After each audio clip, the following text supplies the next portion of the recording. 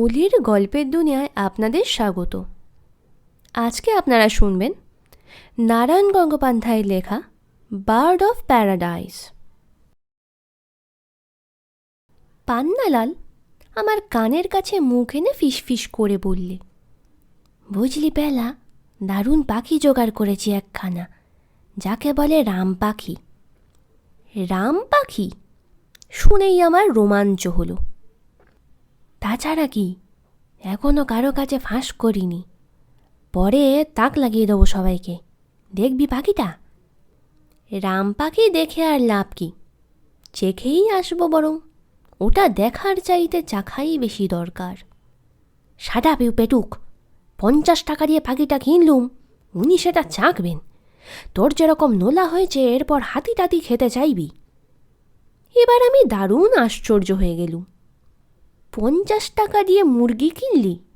বলিস কি রে? মুরগি? মুরগি কে বলেছে তোকে?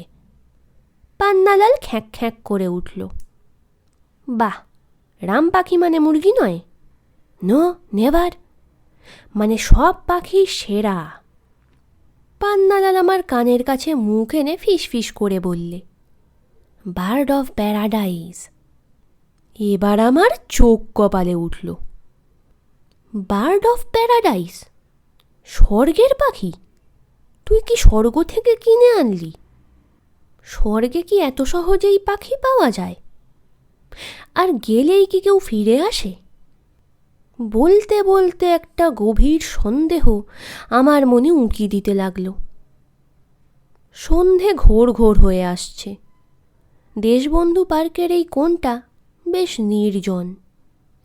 কাছাকাছি লোকজনও কাউকে দেখা যাচ্ছে না। আমার গা ছমছম করে উঠল। আমি করুণ সুরে বললুম, তুই ভূত টুত হয়ে যাসনি তো?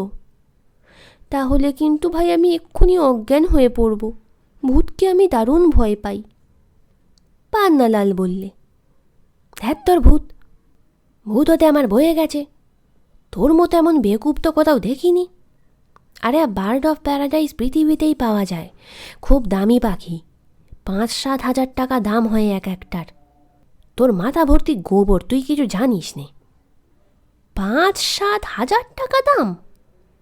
আমার চোখ এবারে কপালে নয় চাঁদিতে গিয়ে উঠল। মেজদা বলেছে। মেজদা প্রাণী নিয়ে বই লেখে, জানিস তো? বিলক্ষণ। পান্নালালের মেজদা মোহনলালকে কে না জানি।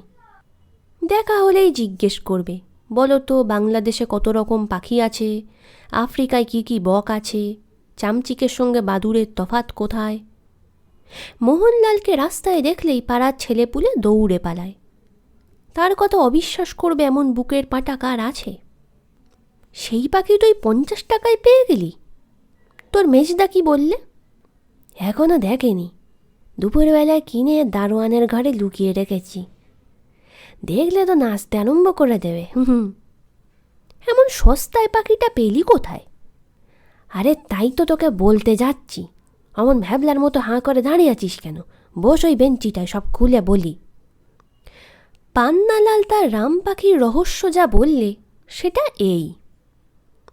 পান্নালালের যে বর্দি পাঞ্জাবে থাকে, সে কলকাতায় এসেছে কিছুদিন হলো। পান্নালাল বলেছিল, বর্দি আমার ফাউন্টেন পেন ভেঙে গেছে, একটা কলম কিনে দাও। বর্দির মেজাজটা খুব ভালো। ওকে 50 টাকা দিয়ে বলেছে, তোর পছন্দ মতো একটা কিনে নিস গে। পান্নালাল কলম কিনতে যাচ্ছিল। রথের মেলার ভিড়ে ট্রামটা শেয়াল্লা ছাড়িয়েই আটকে গেল। দুত্তর বলে নেমে পড়েই দেখলে সামনে রং বেরঙের পাখি বিক্রি হচ্ছে। ভাবল ওদের মুনিয়াগুলো মরে গেছে, এক খাঁচা মুনিয়া নিয়ে গেলে মেজদা খুব খুশি হবে। পাখি দর করতে যাচ্ছে, এমন সময় এক সন্ন্যাসী এসে হাজির। মাথায় মস্ত জট, হাতে ইয়া এক চিমটে। সাধু বললেন, শোনো খোকা, ওসব পাখি কিনো না, ওগুলো চড়ুই পাখি, রং মাখিয়ে রেখেছে। দোকানদার তো রেগে চেঁচিয়েই উঠল একেবারে। মিথ্যে বদনাম দিয়ে খদ্দের তাড়িও নি সাধু বাবা, ভালো হবে নি বলছি। সাধু তখন এমন ঝংকার ছাড়লেন যে পাখিওয়ালা ভয়ে কাঠ। সাধু বললে, চোপড়াও, রে রে নারকী, এই অবোধ বালককে প্রতারণা! এক্ষুনি এই চিমটার ঘায়ে মাথা একেবারে ভেঙে দেব। পাখিওয়ালা তখন হাত তাত কচলে বললে, মাইরে সাধু বাবা, সবগুলো চড়ুই নয়।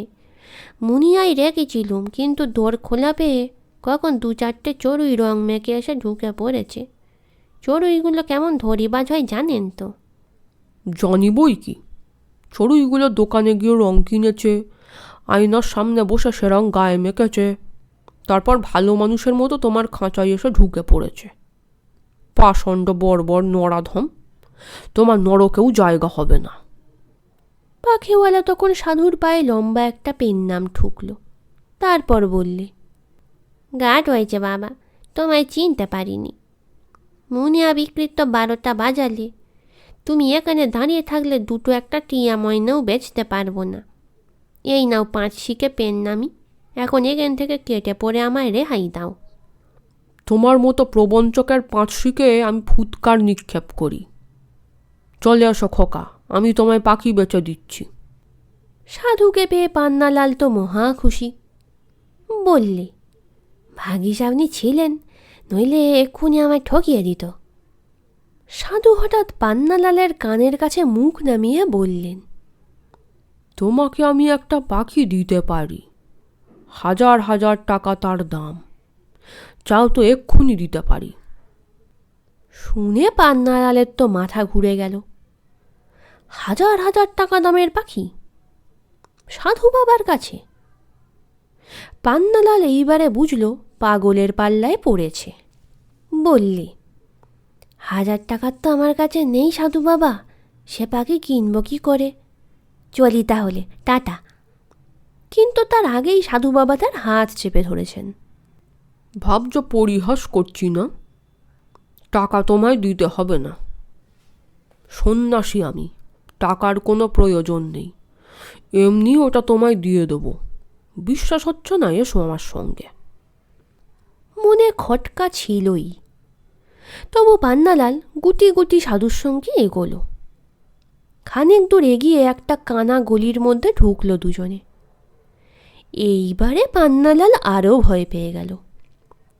এই নির্জন কানা গলিতে সাধু যদি গালে থাবড়া দিয়ে পকেটের টাকা কড়ি সব কেড়ে নেয় তাহলে? সাধু বললে, বৎস মা ভই, ওই দেখো আমার শিষ্য জনার্দন পাখি নিয়ে বসে আছে। একটা রোঁয়াকের ওপর রোগা আর বেটে জনার্দন ছোট একটা বাঁশের খাঁচা কাপড়ে ঢেকে নিয়ে বসে আছে। পান্নালাল সামনে যেতেই এক মুখ দাঁত বের করে সে কাপড় তুলে খাঁচাটা দেখালো। উফ, সে কি পাখি একখানা! ময়ূরের পেখমের মতো 7 রঙা ল্যাজ, হলদে সোনালি কালো বেগুনি কত রকমের রং। দেখে পান্নালাল একেবারে হাঁ। সাধু মিটমিট করে হেসে বললে, দেখছ কি, বার্ড অফ প্যারাডাইস, যাকে বলে স্বর্গের পাখি। প্রশান্ত মহাসাগরের একটা নির্জন দ্বীপে থাকে। তোমাদের চিড়িয়াখানায় 2-1টা আছে বটে, কিন্তু এ জিনিস তারা চোখেও দেখেনি। জনার্দন ছট করে খাঁচাটা ঢেকে ফেলেছে। আপনি কোথায় পেলেন? যোগু বলে। পান্নালাল 3টে ঢোক গিললে। আপনি আমায় পাখিটা দেবেন? দেবই তো। দাম নেবেন না? এর দাম রাজা মহারাজারাও দিতে পারেন না, তবে কালী করাল বদনীর পুজোর জন্যে কিছু দিতে চাও তো দাও, তোমার যা ইচ্ছে। বার্ড অফ প্যারাডাইজের কথা মেজ তার মুখে শুনেছে পান্নালাল।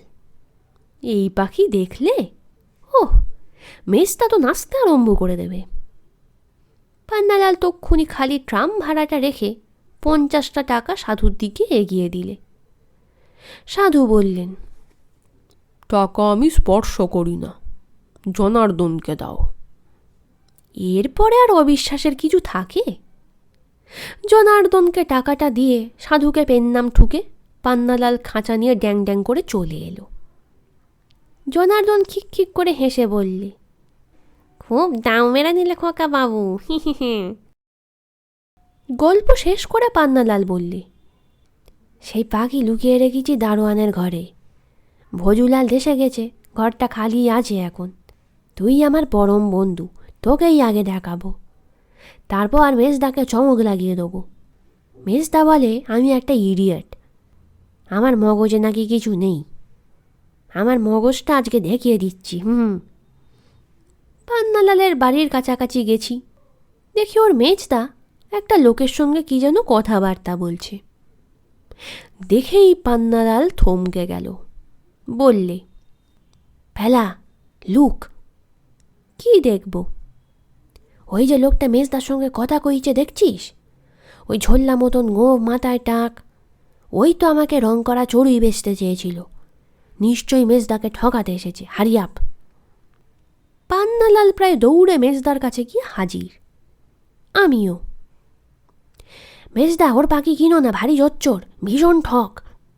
হাউমাউ করে চেঁচাতে লাগলো পান্নালাল। মেজদার সেই লোকটা একসঙ্গে চমকে উঠল। কি বলছিস আবল তাবল? জোচ্চর হবে কেন? এ তো রামলাল, বরাবর আমায় পাখি এনে দেয়। রামলাল না ছাই, এই তো দুপুরবেলায় মুনিয়া পাখি বলে আমাকে রং করা চড়ুই গচাতে যাচ্ছিল। ভাগ্যি সাধু বাবা ছিল, নইলে। তাই নাকি রামলাল? লোক ঠকানোর ব্যবসা ধরেছ নাকি আজকাল? ঝোল্লা গোঁফ আর টাক নিয়ে তো লোকটা একেবারেই কাঁচুমাচু।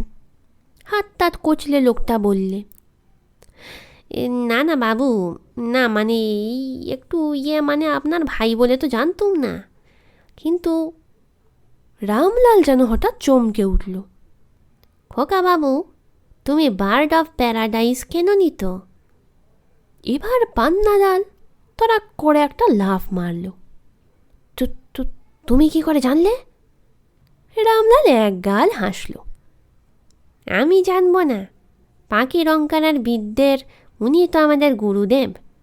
অমনি করে সাধু সেজে খদ্দেরকে ভোলান, তারপর নিরিবিলিতে কোথাও নিয়ে গিয়ে 25, 30, 50, 100 একটা রং করা কাক বিক্রি করে দেন।